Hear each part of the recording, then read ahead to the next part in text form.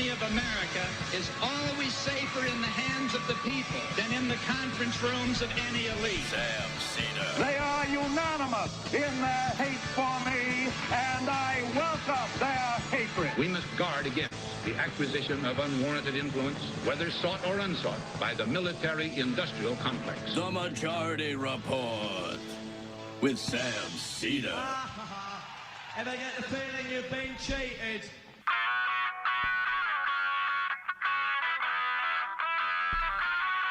It is Thursday, November 30th, 2023. My name is Emma Vigeland in for Sam Seder, and this is the 5-time award-winning Majority Report. We are broadcasting live steps from the industrially ravaged Gowanus Canal in the heartland of America, downtown Brooklyn, USA.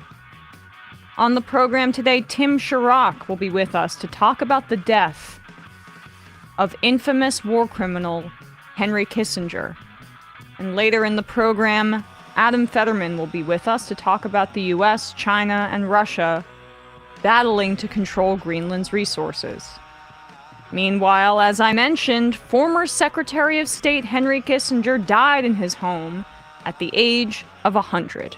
And don't ask where I was yesterday, okay? No.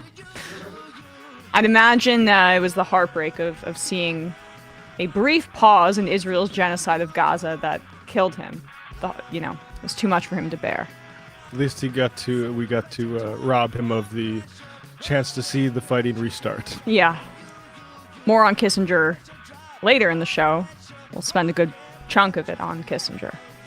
Blinken returns to Israel, and Israel's pause in carpet bombing Gaza extends another 24 hours as hostages and prisoners are released on both sides. One of the prisoners released by Israel includes prominent 22-year-old Palestinian activist Ahmed Tamimi. She was arrested in the West Bank without cause after October 7th. And despite Israel killing at least 15,000 Palestinians, including 6,000 children, the White House reportedly won't seek conditions on military aid to Israel. The UAW is launching a massive unionization drive targeting non-Big Three automakers Toyota, Hyundai, Nissan, Honda, More, and Tesla.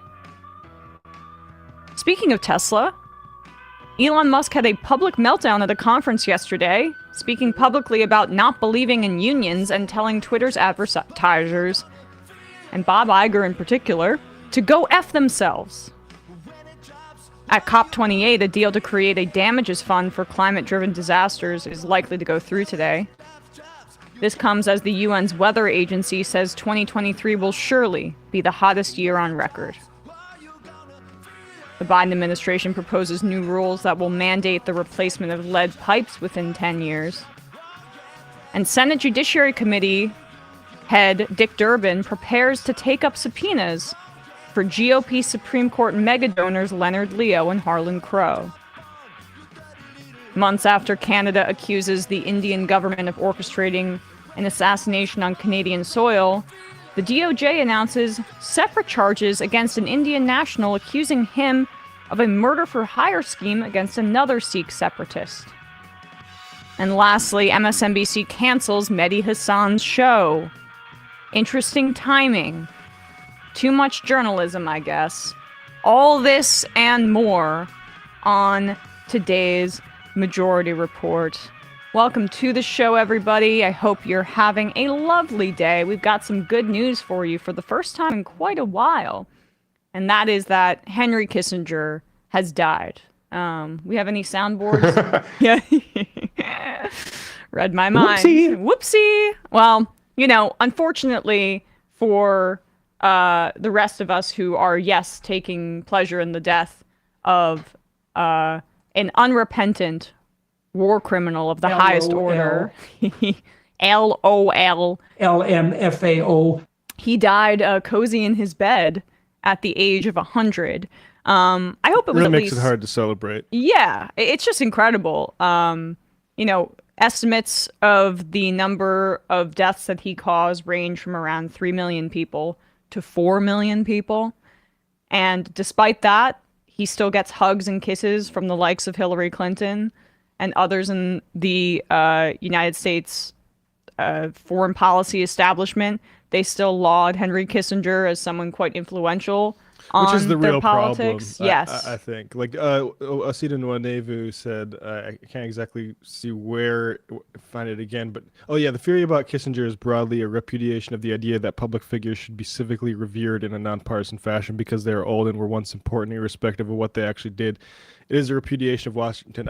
I wish it was more than that. Like, people who don't know, Kissinger came to power in the Nixon administration by leaking information to Nixon that kept the Vietnam War going. LBJ was trying to get negotiations underway, and Nixon, through back channels that he had through his students, because he's a Harvard professor, had Nixon and his administration tell the South Vietnamese, actually don't do those negotiations, wait until we're in office and we'll give you a better deal. Which was very much in conflict, is my understanding, with what Nixon was saying publicly at the time, which is that he had some sort of secret plan to end the war. Well, imagine this. Imagine for a second, so like he's saying peace with honor. And imagine for a second that the Democrats are in power and they are waging a really unpopular war with their base. Hubert Humphrey, who was the Democrat nominee, would not call for an end to the Vietnam War, despite what LBJ was doing to negotiate. Basically, like, he should have called for it much earlier than I think maybe eventually did. But Nixon, was doing that, and the South Vietnamese pulled out of those negotiations, and the Vietnam War was extended into Nixon's term, as we know now. All those deaths. A giant crime. I mean, treason. LBJ didn't go public with it because of treason, and that also allowed them to start bombing Cambodia and Laos. Yes, within weeks of taking office, they began their secret carpet bombing campaign in Cambodia. This leads in nicely to the clip we're about to play here. And that's not even to cover all of Southeast Asia. Oh, yes. We get to the rest of the world. Like, not enough could be said about, like, the degree of bloodletting that this guy has caused, and how disgusting it is that he's allowed to speak at fancy soirees and not, like, in shackles. And, like, anyway. Yeah. And this is him speaking in particular about Cambodia. This clip of him, I guess, is from 7 or 8 years ago, around that time, speaking at a panel in 2016. And he's asked specifically about the claims that he is a war criminal due to the bombing campaigns in Cambodia and Laos during the 1970s, and he just completely lies about the nature of the bombing, claiming completely falsely, let's say, that the areas that he was responsible for carpet bombing, there were actually no people there. By the way, just keep that in mind when we're talking about the framing around the conversation surrounding Palestine. Yeah. And there has been a multi-decade effort to completely lie to the public and pretend that it's fact, that there were not Palestinians populating this land when Israel chose to settle there. This is fascist revisionist history.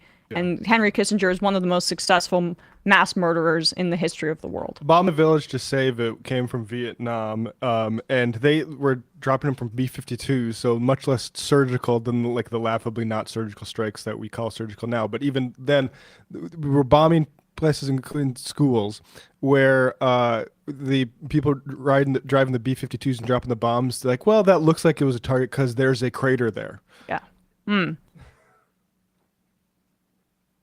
Tom Johnson mentioned your commitment to the peace process and the fact that you, in 1973, along with your North Vietnamese counterpart, Lee Duc Tho, won the Nobel Peace Prize. There are many who allege that you are a war criminal due to the systematic carpet bombing of Laos and Cambodia.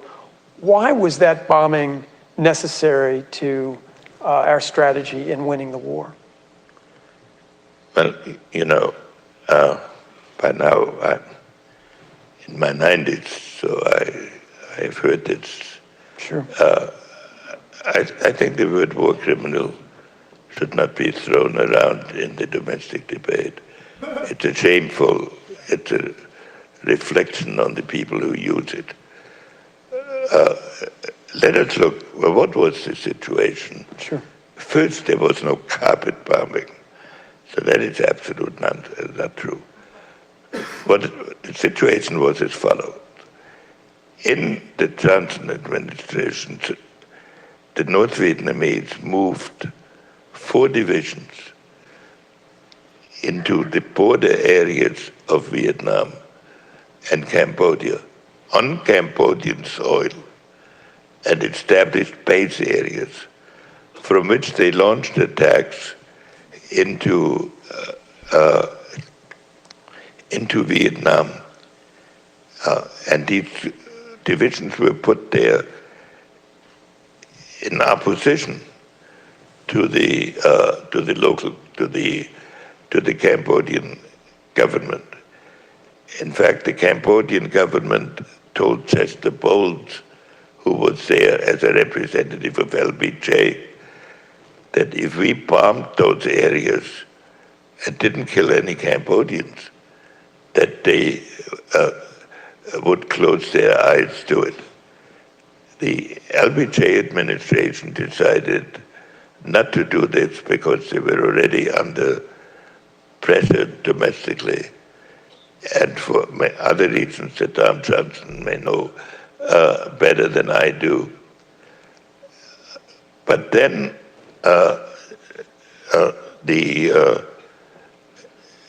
when Nixon came in, Nixon had already, just before he assumed office, sent a message to the North Vietnamese that he was eager to resume negotiations. In the 3rd week of the Nixon presidency, they started an offensive in which every week 500, up to 500 Americans were killed. And many of these attacks, more than half of these attacks, came from the areas that were occupied by those 4 divisions inside Cambodian territory. And after we had suffered 1,500 casualties, nearly as many as we suffered in 10 years of war in Afghanistan, Nixon ordered an attack on the base areas within 5 miles of the Vietnamese border that were essentially unpopulated. So when the phrase carpet bombing is used, it is, I think, in the size of the attacks, probably much less than what the Obama administration has done in similar base areas in Pakistan. So that's a lie. It's most bombed nation on earth. I mean, yeah. I'm gonna read this. Greg Grandin, whose books everybody should read, and his work in covering Kissinger, wrote an obituary in The Nation, and I think these 2 paragraphs here are quite applicable to the lies that Kissinger just told.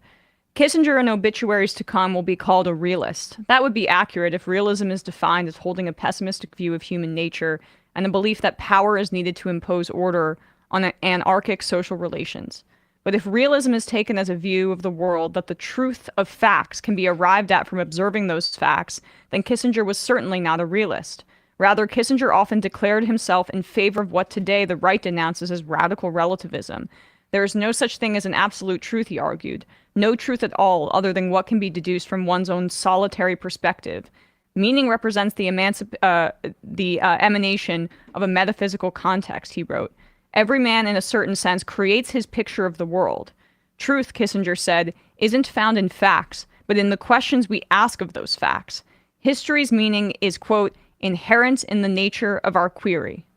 And that is how someone like Henry Kissinger is able to sit up there and lie, boldface, and lie and not even kind of register that it is a lie, as he completely denies the fact that he was responsible for the deaths of millions of people across the globe, and particularly hundreds of thousands at the very least in Cambodia. And that question wasn't up to stuff. Why were those war crimes necessary is not actually a challenging question, despite using that term war crime. And the thing is like they used Agent Orange. Yeah. Right? This idea that it's like, oh, we had to do this. First of all, just because like LBJ may have thought about it and Prince Sihanouk of Cambodia like supposedly knows about it or whatever, doesn't mean that you can go over Congress's head and start bombing foreign countries like that. We have our own sort of rules about that, Henry, and so we have to ask, and maybe Shorrock can get into it, the double booking that went on to hide these illegal bombings from actual American transparency and knowing what was going on. Like, so I mean, this is why like he deserves much worse than what he got even from that sort of questioning, in my opinion. Yeah, well, that was at the LBJ Museum, by the way, as he throws LBJ under the bus there. Just put everyone to sleep. Like when you mention Agent Orange, I had a family member that lived in Vietnam for a while, and I went to visit Vietnam to see her, and I went to the museum in Ho Chi Minh City, the War Remnants Museum.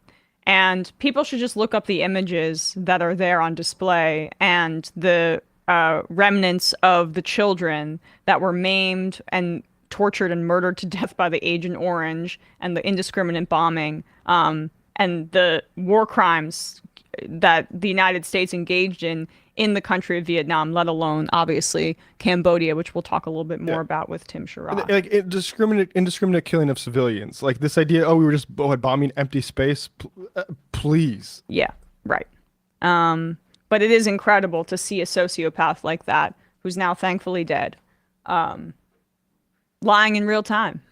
And what we should happen now is the FBI should be raiding his office, his legal offices, and taking all of those documents and prosecuting everybody we can based on that. But instead, we're going to get some statements about how we lost a statesman because the FBI is complicit in crimes regarding, say, the Operation Condor in South America. So what I want to say is like it's actually an emergency that Kissinger has been allowed to basically fester and basically become accepted by both parties, despite he's somebody who threw an election to keep a war going that killed tens of thousands, if not hundreds of thousands of people after his, just to keep it alive, just to win an election.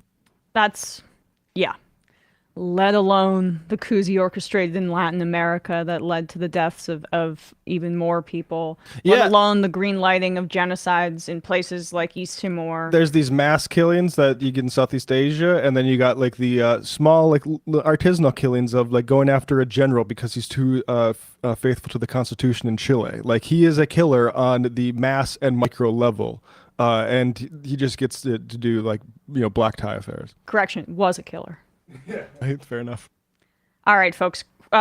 Quick word from our sponsors, and then we'll get to Tim Shorrock. So, Rhone. Sam has talked about this before. It is really an incredible company. From their athletic wear, but really to their dress shirts and stuff like that. I got a dress shirt for my fiance a little while ago, and we're able to just pack it in the suitcase, crumple it up essentially, and there's just no wrinkles, and you don't have to worry about it whatsoever.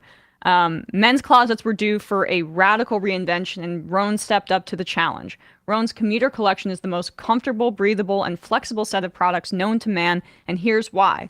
Rhone helps you get ready for any occasion with the commuter collection, which offers the world's most comfortable pants, dress shirts, quarter zips, and polos. You'll never have to worry about what to wear when you have the Rhone commuter collection.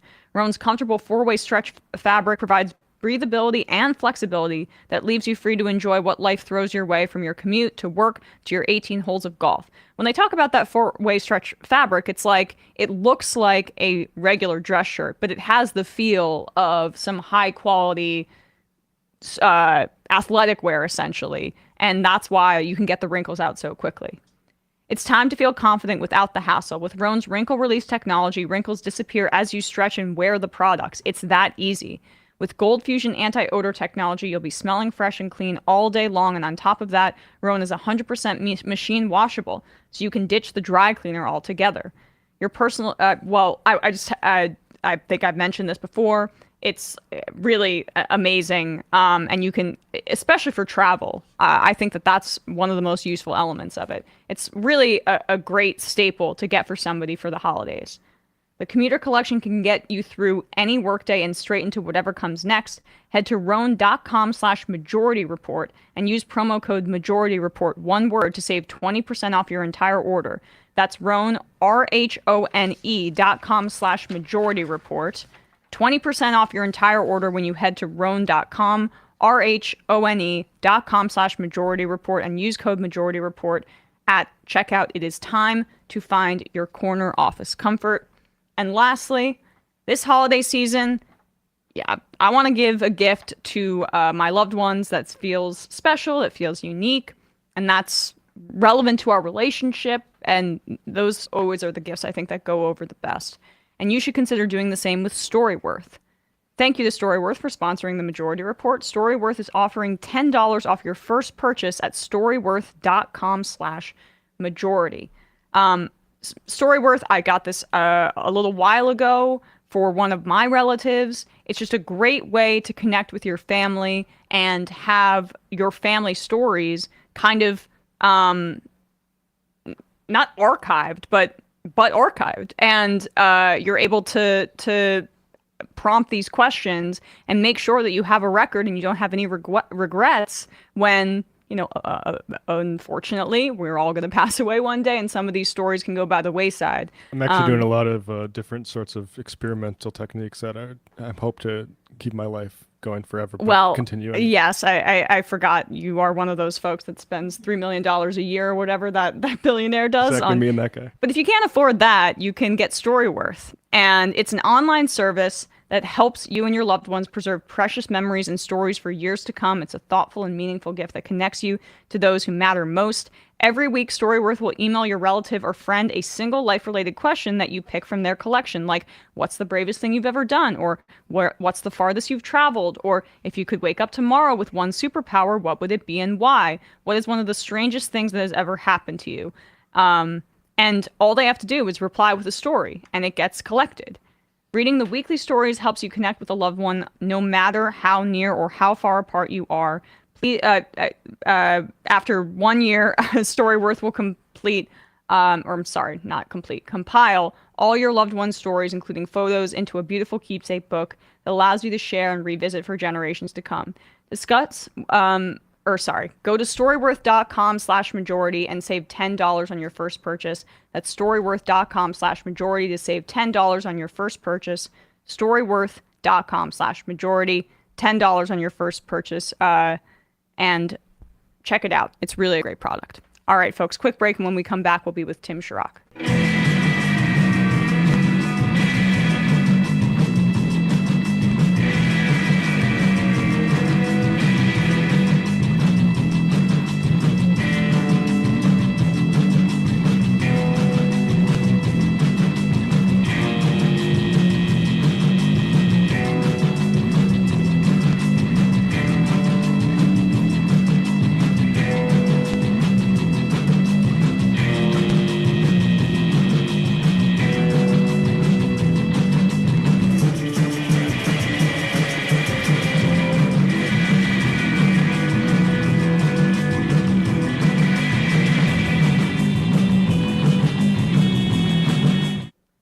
We are back, and we are joined now by Tim Shorrock, journalist who has been covering Asia Pacific since the 1970s, author of the book Spies for Hire, The Secret World of Intelligence Outsourcing, and you can also find him over at the Shorrock Files, where you can support his work.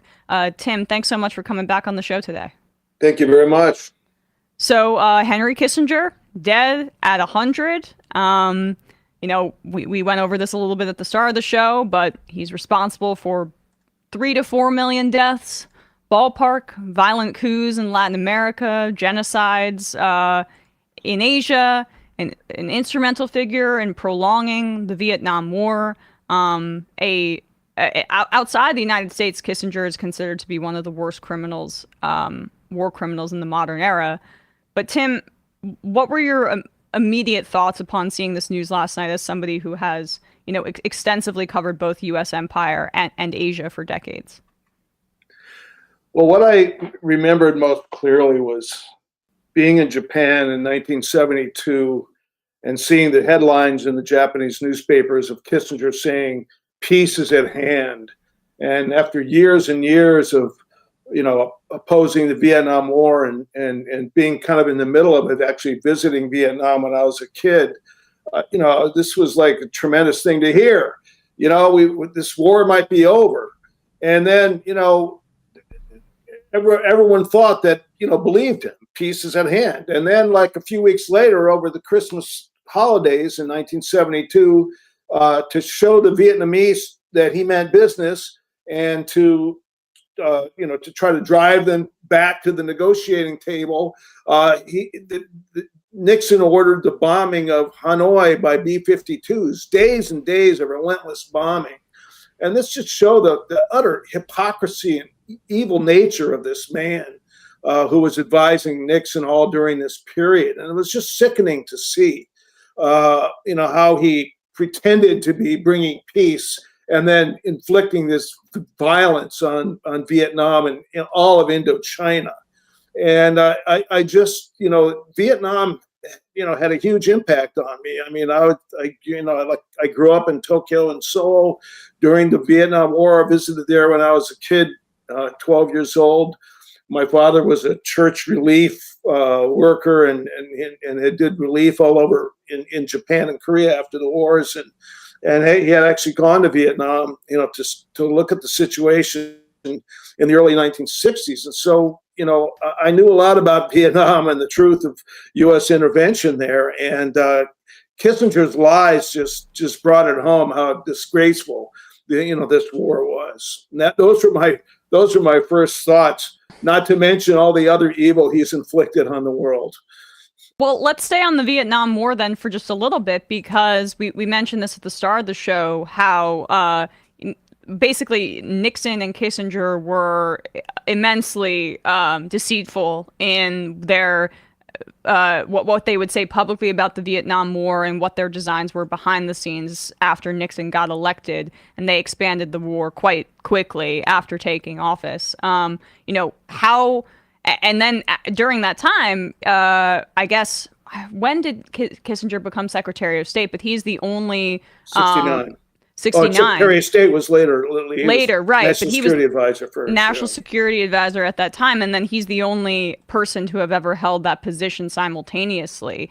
So just to give people a sense of how powerful he was Secretary of State and National Security Advisor for quite a while. What was that like at that time when, LBJ was opening up some measure of diplomacy at the sunset of his presidency, and then Nixon and Kissinger come into office and expand, and then also launch the secret carpet bombing of Cambodia? Well, in 1968, people might remember, Johnson was relentlessly bombing Vietnam, and the anti-war movement was really building up at home, and people were really disgusted with the war and the violence being inflicted on Vietnam. And, I remember marching in 1968 in Tokyo, Americans against the war, and we were against, opposing the bombing of North Vietnam at the time, and also all the bombing and strafing that was going on in South Vietnam. And then during the election of 68, Nixon was promising a secret plan to end the war. And as we all learned later, Kissinger was telling anti-war folks that, Nixon was really serious, and he himself, Kissinger, was really serious and agreed with the critics of the Vietnam War. And then it turned out that, when these negotiations were going on, with the Johnson administration in Paris to end the war, Kissinger was there feeding information from the South Vietnamese side to Nixon, and they basically persuaded the South Vietnamese government and its military government not to go along with any agreement until Nixon came in.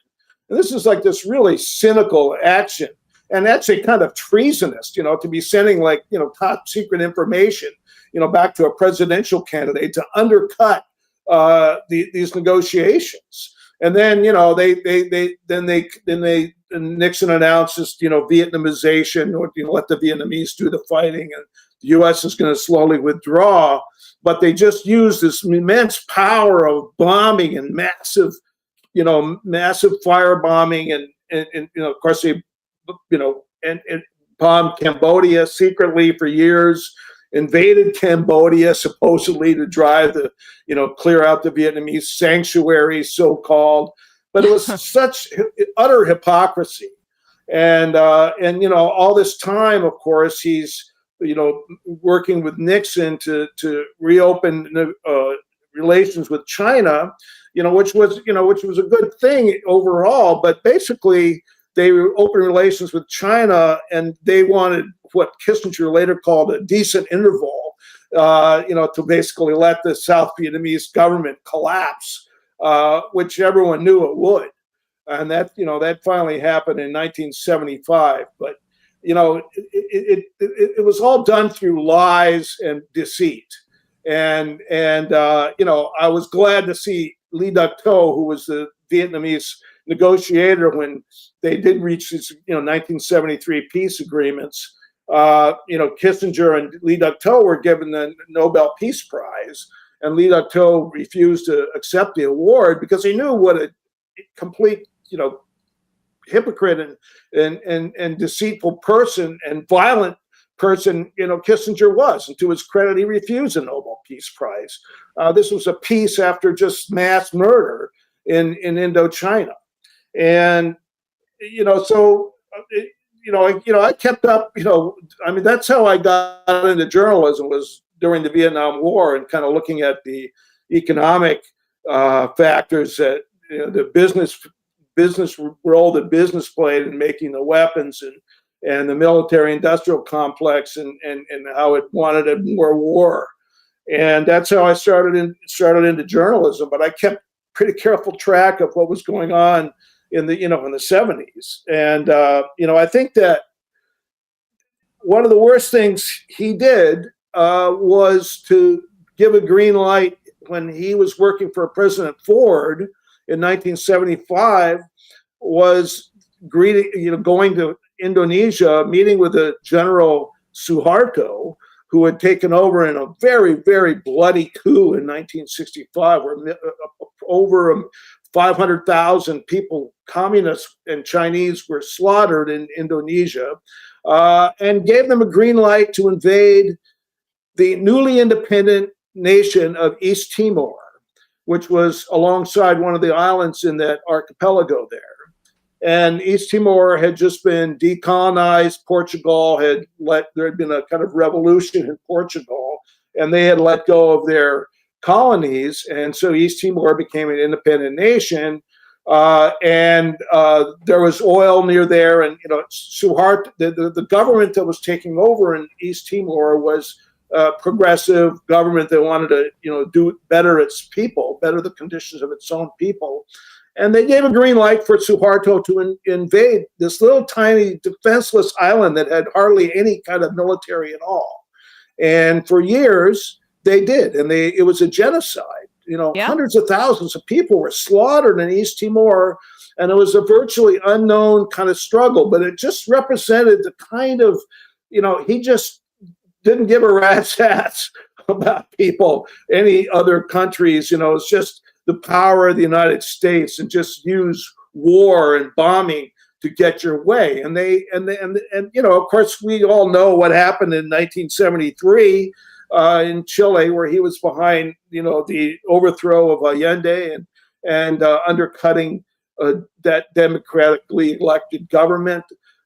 Just a disgraceful record. And, what's really, it's just sickening to see all these political figures laud him for his statesmanlike actions and what he contributed to American foreign policy. He contributed blood. Tim, I'm curious to hear you reflect, like, the pride of place that he's maintained in American politics. Like, has it surprised you, or is it just kind of symptomatic? Well, it's symptomatic of the way the system works. We reward people who do things like this. I mean, Hillary Clinton, I saw Chris Christie, praising him the other day. Democrats, Republicans that are in power and out of power want to get into power. They love this guy because what he represented was the ultimate use of American power to crush any kind of opposition to U.S. power anywhere in the world, and to use the most cynical means, the most violent means. But that's considered, statesmanlike, and it's just appalling, to hear these liberals, especially, praise this guy, Samantha, what's her name, who's head of USAID. Power. Samantha Power. These pictures she has of him, hanging out with Kissinger. I mean, here's someone who spoke out against genocide, right? Tried to make this an American policy issue to stop genocide. And here she is hanging out with one of them, a man who key architects of genocide. Architect of genocide. Yes. Exactly. Yes. Yeah. And I mean, Tim,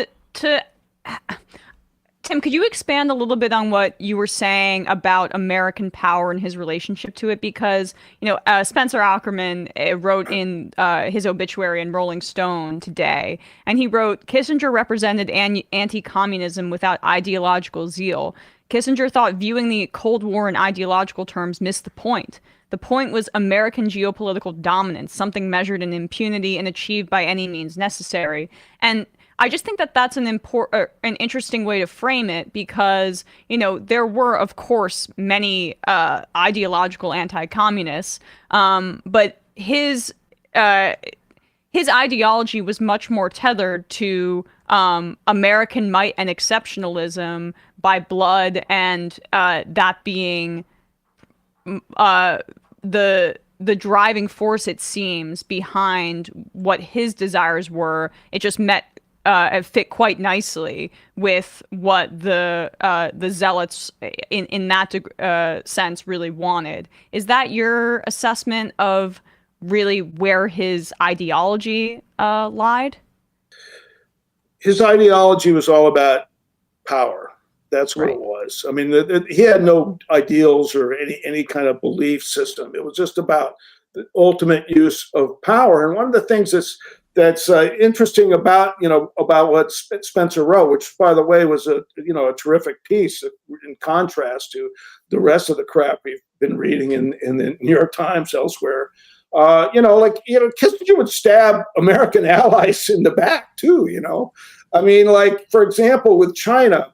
I mean, here they are cozying up with Chairman Mao and all this, and and a lot of us in the anti-war movement were thinking, wow, Mao's going to sell out the Vietnamese, and like not support them anymore because making friends with it was appalling to some of us to see that happen at that time because the war was still going on when he met with Mao, but it was all about American role in the world and its power in the world. And so like in Japan, which was, under this long time the liberal Democratic Party, very close ally that had supported the U.S. throughout the Vietnam War. But Japan government and the Japanese businesses badly wanted to get into China for years. And they couldn't because the U.S. had this policy, never recognized China. And so, you would think that in a situation like that, when Nixon shifted gears and went to open relations with China, that they might, share that with Japan before it happened. They did, but 5 minutes before the announcement, he told the Japanese prime minister that he was opening relations with China. And the story is Sato, who was the Japanese prime minister, wept because he was so upset by this, betrayal, basically. And of course, after that, Japan opened up. But the same thing with South Korea. I mean, they freaked out at the time. They were doing this Vietnamization program, and let the natives basically fight for themselves if they want to keep this war going. And so without any notice to South Korea, he withdrew an entire division of the U.S. Army from South Korea. And of course, for years they've been saying, our army protects South Korea from North Korea. he just pulls out the entire 7th Division, like in basically a day.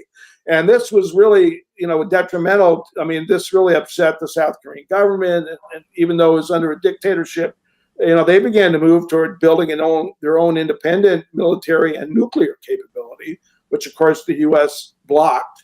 But the thing is, like the point is he would stab his own allies in the back, to get what he wanted in terms of, establishing America's power in the world. Yeah, and I'm forgetting exactly which one of the, great obituaries that I read, including Spencer's in Rolling Stone, and Greg Grandin's in The Nation, and The Intercept by Nick Turse. They also, those are the three I would say that people should check out. There was this kind of concept of goals being ever changing and essentially shifting whenever it met the needs of the American empire. Is that in Keepman? Sorry, there's a dog in the hallway. If people can hear that, is that in a good summary, I guess, of the fluidity of what he represented in terms of like, it doesn't matter if these people are our allies in this current moment. If they don't fit our objectives in this particular sense, we'll throw them under the bus because it's time to overthrow this government or install this dictator, etc. That's exactly how he worked. He couldn't give a rat's ass about supposed friends of the United States, anything, to expand American power. And I think like Nick Turse's work is just really excellent because he really, he wrote a whole book, about, the way that the Vietnam War was conducted, which was basically shoot anything that moves. That's the name of his book. And, that's the kind of, policy they brought to Vietnam. I mean, that had been happening, before. But what was so cynical was, to make it look like, I'm, Nixon coming in with Kissinger and saying, we're going to try to bring peace to Vietnam. And we have this plan and it's going to end the war and everything's going to be better. And, we're doing this for freedom and democracy. And, but they just poured on the firepower, to get their position, to solidify the position. Like I was talking about that Christmas bombing. I mean, the part of the Christmas bombing in 1972 of Hanoi that was so horrendous was that, they'd already basically agreed to everything on that happened with the Vietnam peace accords that were signed in early 1973. But Nixon wanted to show the American people that he was, tough to the end, and so launched this 2 weeks of carpet bombing of Hanoi to show the Americans that, he really, he was going to go out with fire. He wasn't going to just, give up.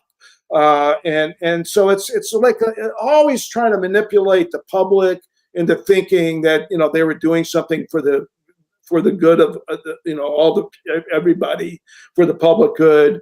And then, behind the scenes, murderous programs, genocide, supporting genocide. I mean, Indonesia, why do that? Well, there was big corporate interests in Indonesia that supported the Suharto government. And I think it's important, not to forget the fact that after, Kissinger left the government, he created one of the quintessential, firms. I wrote the book Spies for Hire about this sort of, foreign policy, national security for profit, right? He was one of the first people to really do that. Kissinger Associates set the standard for this, revolving door, this spinning door of, officials profiteering off of their government service and offering inside information to corporations and whoever they consulted with, to help them in their strategic designs on the world. Corporations wanted to take over certain markets, by using his tapping all of his government expertise and national security contacts, and also highly secret intelligence to profit. And that was much of what also was driving the overthrowing of Allende in Chile as well, was because it was a democratic socialist government that was threatening to redistribute wealth and also wanted reparations from the United States in that way. And so you can just see. Yeah, you can just see how it was American might and then like also capitalism and the United States' hegemony on the world stage that really drove him in this existential way. And it's amazing too, because, you know, Kissinger, despite not being born in the United States, is really as American as any member of the government in that way, and the embodiment of that of U.S. empire in the 20th century. You can just look to Kissinger as that figurehead. Tim, I know we're going to have to let you go in a second, so I just wanted to ask one question before we do. How can people look at the United States' support for Israel's bombardment of Gaza right now within the context of Kissinger and his belief system, as a continuation of it, as something that we've built off of? What's your assessment of how his legacy still resonates within that current context today? Well, that's a good question, because I mean it's a continuity with what Kissinger and Nixon did, but it's also a continuity of what President Truman did. You know, it's like punishing an entire population for a war that their leaders made that they may not have had anything to do with. You know, the terrible firebombing of Japan in the end of World War II was just directed at civilians, but killing as many civilians as possible to crush the people's spirit. They gave up bombing factories and stuff. They just carpet bombed, dozens of Japanese cities, in addition to, of course, dropping atomic bombs on Hiroshima and Nagasaki. And that continued during the Korean War. North Korea was, for 2.5 years, North Korea was bombed by the U.S. Air Force where there was nothing left. That's how the U.S. has won these wars, by massive firepower and by punishing the people, the populations of these countries. It's, collective punishment is the word. And that's exactly what Israel is doing with the people of Gaza. And so it's not just Kissinger, it's a system. It's our system of violence against any people that struggle against American hegemony and American power. That's the system. And I think that's important for people to remember, because Kissinger represented that system. He may be the most evil symbol of this system, but it's part of the system that we have to struggle against. And I think for those of us who came of age during the Vietnam War, that's what we've always been struggling for. Let's make life better for people by ending these kind of wars, ending this kind of violence, and doing it through diplomacy and negotiation rather than brute force. Absolutely. Tim Shorrock, you can read his book, The Spies for Hire, The Secret Work of Intelligence Outsourcing, and then also over at the Shorrock Files. You can support him on Patreon and get some of his work there. That's TimShorrock.com, so it's easy to find. Yeah. Sorry, I was placing the emphasis on the wrong syllable. That's all right. I appreciate my apologies. Thanks so much, Tim, for your time today. Really appreciate it. Thank you as well. All right, folks, quick break, and when we come back, we'll be with Adam Federman to talk about Greenland.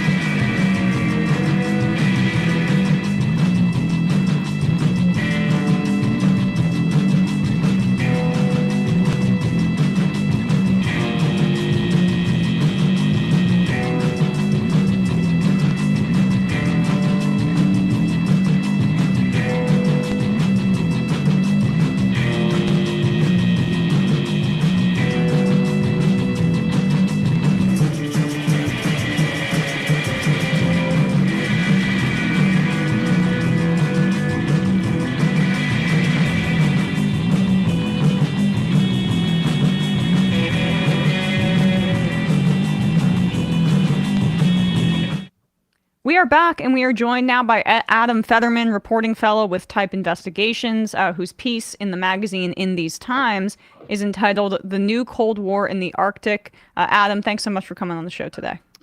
Thanks for having me. It's great to be here.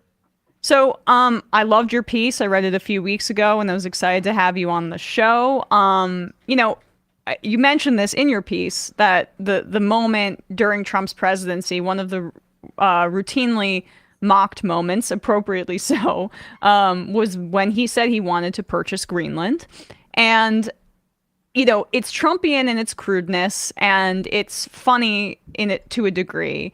But the impetus behind why he said that is actually shared by American interests, and I was fairly unaware of this until reading your work here.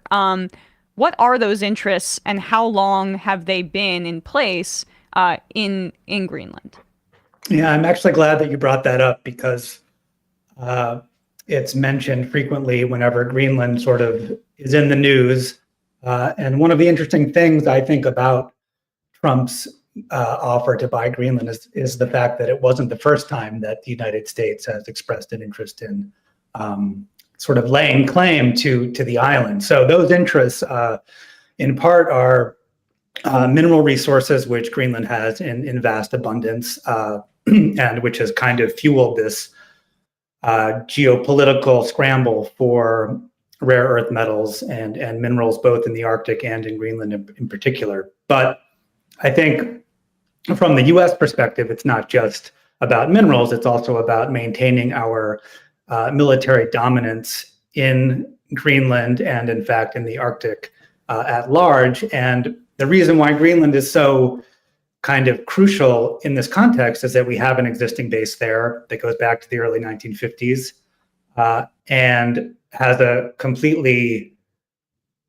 mind-boggling history, both in terms of its impact to native communities in Greenland and sort of just in terms of the Cold War nuclear posture of the United States. So, in short, Trump's gesture was sort of seemingly out of nowhere, but in fact, there's a lot to it. And in fact, we're seeing that ramp up now as the Arctic becomes kind of a new staging ground for buildup of military forces, both on the part of Russia and then NATO and the United States, of course. So yeah, there really are three parts to the story that I do want to hit on, right? It's the military objectives of, the superpowers here that your piece refers to it as, the new Cold War, and I think that's apt here. Then there's the mineral resources that you touched on as well, and the significance of that, and also the displacement of indigenous populations in Greenland that has been going on for decades as a result of the United States trying to build up its military presence there for the strategic geopolitical reasons that we'll get into. But I guess let's start with the military piece of it. I didn't realize that the U.S. Air Force has one of its biggest bases in Greenland, and that was created, and in its creation, I should say, displaced indigenous populations in Greenland. Let's start there in the 50s when that base was built. Yeah, absolutely. I mean, this was one of 17 U.S. military installations in Greenland that essentially came out of the Second World War, when in fact the United States extended the Monroe Doctrine to include Greenland. And this particular base, then known as Thule, its name has recently been changed, was sort of the centerpiece of the U.S. military presence in Greenland.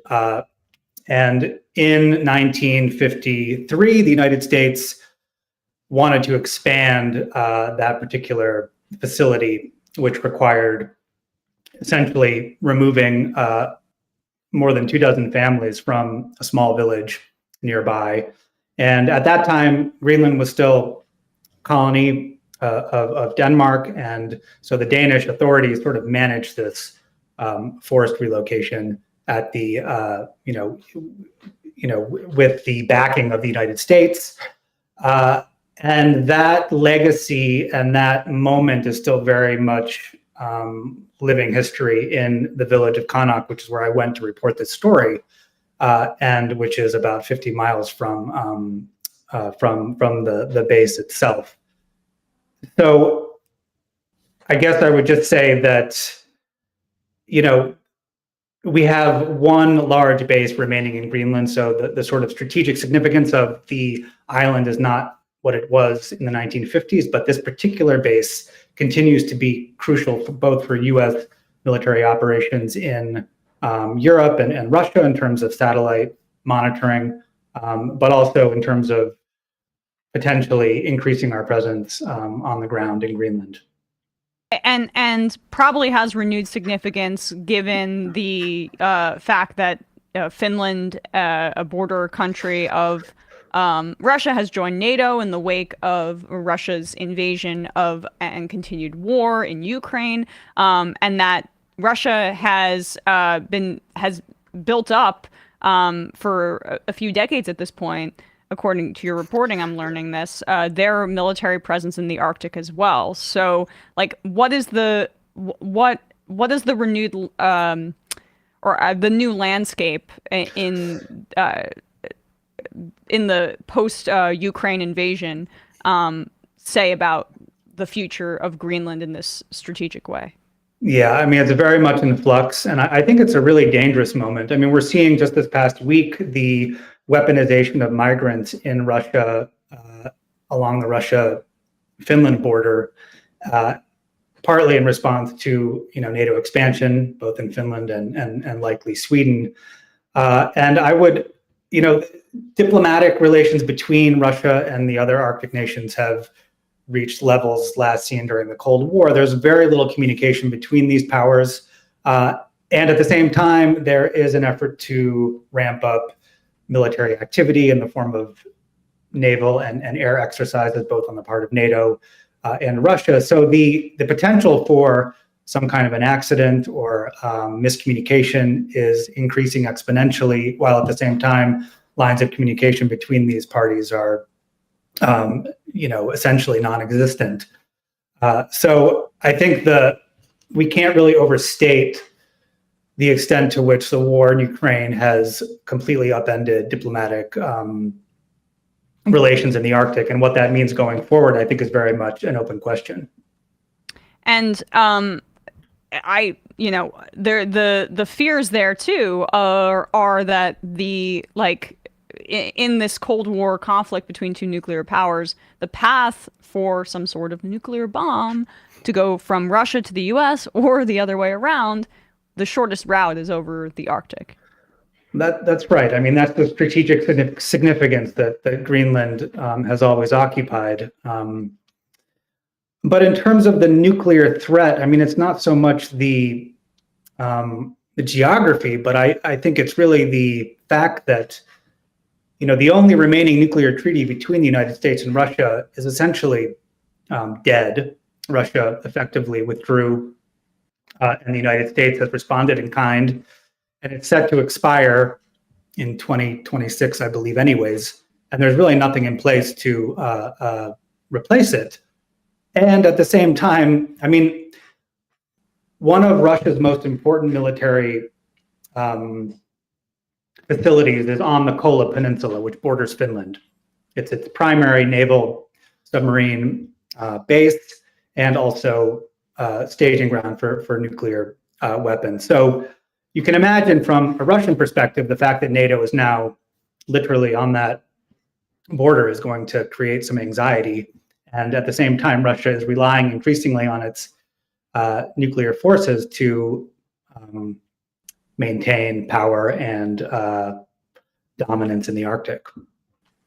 And so I guess that's a good opportunity to turn to the resource battle there as well, and how China is getting involved here, and the oligarchs of the world, the Bezoses, the Michael Bloombergs, the Bill Gateses, have been expressing immense interest in resource extraction in Greenland. What are those resources in particular, and what are their significance, the rare minerals to products like batteries and electric vehicles as we move forward and kind of into a new era of extraction and the new kind of a landscape that creates. Yeah, I mean, I think the rare earth metals, so-called rare earth metals, which China currently dominates the market for, have emerged as kind of the linchpin for the green transition. You know, the key elements that we need to build wind turbines and batteries and EVs and all the rest. They're actually not rare, but they don't occur in large quantities in any particular place. But Greenland has what are believed to be two of the largest rare earth deposits on the southern tip of the island. So that has attracted a lot of attention. And just in general, Greenland with enormous mineral potential and very few population centers has been seen as an attractive place to potentially produce minerals. And in addition to that, its proximity to North America and to Europe has made it even more attractive, I guess, to economic interests in those places. So we're seeing a lot of partnerships and efforts to kind of help Greenland develop its mineral resources. And I think it's also important to point out that despite all of the hype and attention on Greenland and its mineral deposits, there's actually very little active mining taking place there right now. So all of this stuff is sort of, in the works, and it remains to be seen whether the investment will be there and whether it's possible to essentially develop the kind of supply chains that you need to produce these minerals in the Arctic, which has little infrastructure and is obviously a difficult place to operate in. And how is the government of Greenland and their representatives responding to this? I guess, in the renewed interest in investment in extraction in Greenland? It's a great question. And I think it's often one that gets lost in this sort of geopolitical intrigue surrounding Greenland. But generally speaking, Greenland is quite open to mineral development in the country, in part because they do not have full independence from Denmark, and they see mining and the revenue that would be generated from mining as a way to achieve full autonomy and fund their government, essentially. They still receive a block grant from Denmark that accounts for, I think, more than half of their annual operating budget. So government has been quite receptive and, in fact, is working with the U.S. State Department to sort of overhaul its mining regulations and agencies. But that said, there is still some opposition and concern in Greenland about the impacts of mining. And in particular, there is a rare earth mine that is now tied up in litigation because there are high levels of uranium along with these rare earth metals. So in that particular community, folks have organized to oppose the project, and it in fact sort of led to the rise of the current left-leaning party, which is in power in Greenland. So the dynamics are interesting and will certainly shape the way the development, evolves going forward. Well, really fascinating stuff, something to monitor. Adam Federman, the piece is called "The New Cold War in the Arctic." You can read it in These Times magazine, and we will put a link to it wherever you're listening to or watching this. Thanks so much, Adam. Really appreciate your time. Thank you. Great to be here. All right, folks. With that, we're going to wrap up the free part of this program and head into the fun half, where there will be some more fun at the expense of Henry Kissinger, as he burns in hell, and at the expense of Elon Musk, who had a complete meltdown yesterday, and I can't wait to talk about it. The number is 646-257-3920. Matt, what's happening on Left Reckoning? Oh yeah, Left Reckoning. We had Brian Meyer on to talk about kind of related to Henry Kissinger, not explicitly, but American involvement in coups, specifically the long coup that put Lula in jail and just ultimately put Bolsonaro in power. So that was on Tuesday, patreon.com/leftreckoning to get access. Also in the post game, I went into LBJ reacting to Israel launching the 6-Day War in 1967, including basically both sides saying the other side started it. And LBJ and his advisor saying basically, yeah, it's kind of thin that Israel's suggestion that Egypt was invading them with some tanks, and they have now destroyed the air force capacity of Egypt, Jordan, and Syria. So and also gets into how much an actual ceasefire might actually do. And actually, all these people, there's this sort of thing going around like, oh, what would it matter if America said this? I don't understand where that's coming from. Like, Israel has always been very concerned with where we stand on this, particularly back to 1967. And what would it matter? There's a $14 billion arms package on the table. Yeah, or even like those votes about ceasefires. It's like, I don't understand how. Okay, even if Israel didn't change its behavior at all, that would also be an interesting message that America can say, hey, ceasefire, and Israel doesn't do it. Why are we saving them from that embarrassment of, I mean, that's the only reason that makes sense, that whole like, oh, we run the world. We do. We actually run the world. And actually these sorts of bombings, the Kissinger thing, I think, is a good reminder that what Israel's doing, and I think the word evil probably gets thrown along too much, but that's what's happening there, isn't out of character with the type of way we've conducted our foreign policy and bombed other countries in this world. And the difference is now like the medium in the media that we get to digest it through. Yeah. Agreed on all those fronts. Check that out. Also today on ESPN, Bradley and I will be doing our locks for this week in the NFL. We both had a good week last week. We're starting to feel it. Also, I want to talk about David Tepper's public meltdown and the weird rumors surrounding the Chicago Blackhawks once again in the middle of controversy. And how did that rumor online get started? That a certain player slept with someone else's mom, and that's why he's no longer with the team. YouTube.com/ESPN show today. Brandon. Let's go, Brandon. If he even sees me. Brandon just can't hear us, I think. Brandon, you're with us. He can't hear us. All right, well, maybe we'll get him on. We'll get him in the fun half, and we will get Binder there as well. So yeah, we'll head into the fun half. 646-257-3920. See you there. You are in for it. All right, folks. 646-257-3920. See you in the fun half. Are you ready?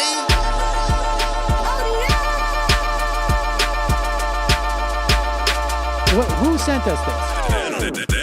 Anarchy. Alpha males are back.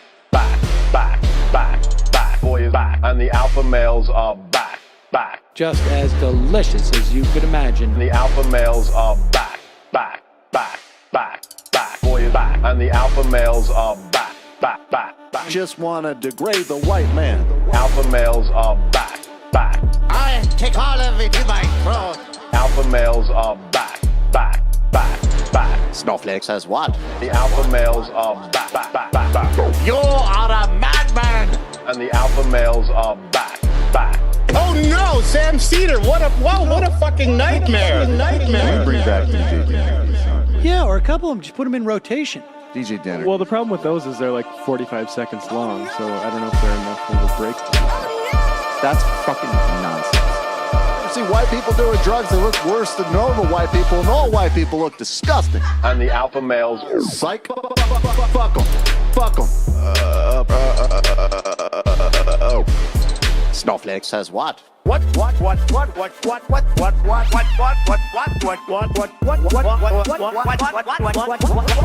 Snowflake says what?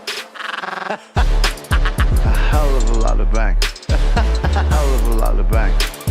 A hell of a lot of bank. Okay, I'm making stupid money. Hell of a lot of bank.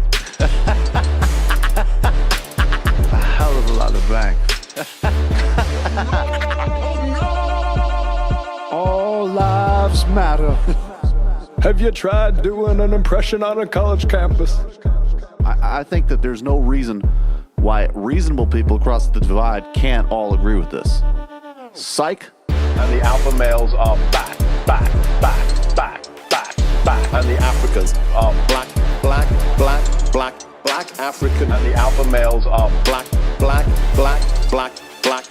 And the Africans are back.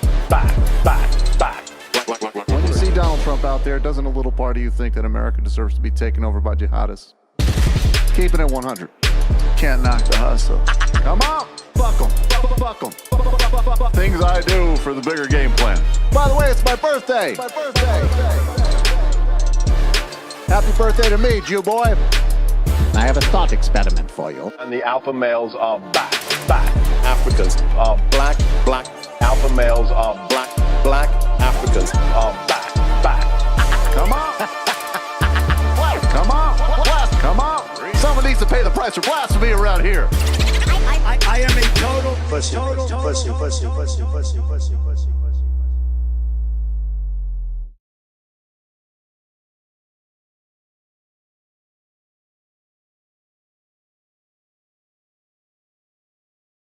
Back.